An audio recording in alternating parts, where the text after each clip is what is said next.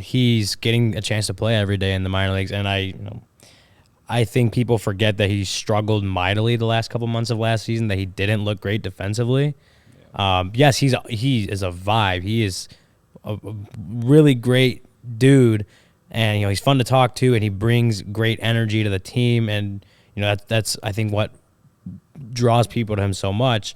And I get it, but let's not forget that he was a 22-year-old when he came up, solely came up because they needed someone that could play multiple positions. Did really, really well to start out, and had a bad last month plus of the year. Like he wasn't hitting the ball very well. He struck out a lot, and his defense wasn't great. I think we're forgetting we're forgetting that he's 24. Whatever how old he is. He was like 23 last year, he's so I think most now. He's 23 right Right now. now he's 23. Okay. So he turns 24 on be in June. May. And I just think it's something that a lot of the fans are curious about in general. Yes, and I get it, because the thought is that he had really good moments last year, and if he develops the right way, he could be a pretty valuable piece for this team. But he's not going to develop the way you want him to right now. There's just too much that first of all, there's too much that he still has to work on and improve at AAA, where he just has not played very much his entire time in the minor leagues. And there's a lot of guys on this roster that right now need playing time in the big leagues. And right now is the time when you want to keep as much roster versatility as you can. Yeah. Later in the season, we talk about it with like Eric Hosmer. If he's not performing, he's $720,000. Like that's not a tie that the Cubs can't cut, right? But right now, it does make sense if the Cubs are trying to keep as much versatility throughout the organization as they can, because if you have guys like not versatility, sorry, they keep as much depth in the organization as they can. Because if you got a guy like Christopher Morel sitting in AAA, well, hey, someone like Patrick Wisdom gets hurt and goes in the IL. Hey, maybe you can think about bringing Morel back up. Yeah. It's just. I like Morel, and I think he has potential to be a really good player and be valuable for the team, and I understand why people like him so much. I just the calls that we need Morel back up right now. I see him all in the chat. It's like, no, like he's like 3 years younger than me. He did not have a good end of last season. Let him develop. Let him just do really well and like conquer AAA. Even if that doesn't happen, like let him get some time to play every day. Let him get into season mode before you start putting a bunch of pressure back on him, because he's 23 years old. Like there's plenty of time to play Morel, and there's guys right now that are going to need to play that it's just going to take away chances for Morel to develop, which I don't agree with. Yeah, we were kind of talking about it off air, and it's been a big topic. I'm okay that he's down there. Yes, I keep going back and forth with it because it's like, he just has a higher ceiling than some of these other guys, but I do care about his long-term development.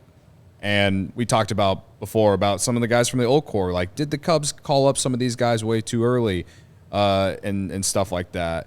And maybe that's why they didn't develop into what we hoped they would be. Stuff like, you can look in hindsight at some of those guys from the old core and think, did the Cubs call them up too early? So, yeah, it is what it is. There's certain reasons that I want him up here, but at the same time, I'm also like, I understand why he's down there. The people who don't understand why he's down there, I just don't think you're like, I think it's like you woke up like last Thursday and you were like surprised to see he wasn't on the opening day roster meaning that you didn't see that what his strikeout rate was in the last month and a half, or even his struggles in the spring too. Makes sense. He is like a super likable player, like how Ryan said, and like he's a sort of magnetic guy. Man. So it makes sense to me that the fans are, we want to see him up. We want to see him up. The smile, the hugs, the vibes. 100%. I would have said and we also said on the season preview show that we don't expect Morel to be down there for 3 months. I said something around, at most a month. I thought he would be up here pretty quickly. So. I still don't think that's wrong. I think he could be up here. I just saw someone in the chat, and I haven't checked to make sure that's accurate, but someone said he struck out already 50% in the AAA. So it's like, it's not like he's right. He hit the home run. I think he hit a double off the wall or all this different stuff, but he's also still striking out. Yeah. Like he still struck out a lot in spring training. Right. So that's just one thing that he's got to figure out because again, he had a hard time not striking out against major league pitching last year. There's just not enough of a sample sense to show us that okay, like that strikeout rate's going to go down. He's seeing the ball better, all this different stuff that doesn't make me believe that he can come up tomorrow and that strikeout rate, he's not going to be striking out as much as he did.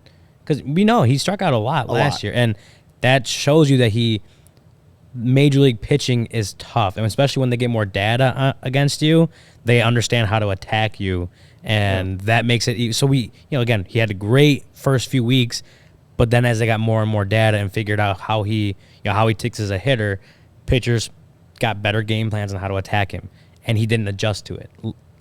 Yes, could he do it? Could he adjust to it in the majors? You'd hope so if he was up right now, but he's in the minors. He's playing every day.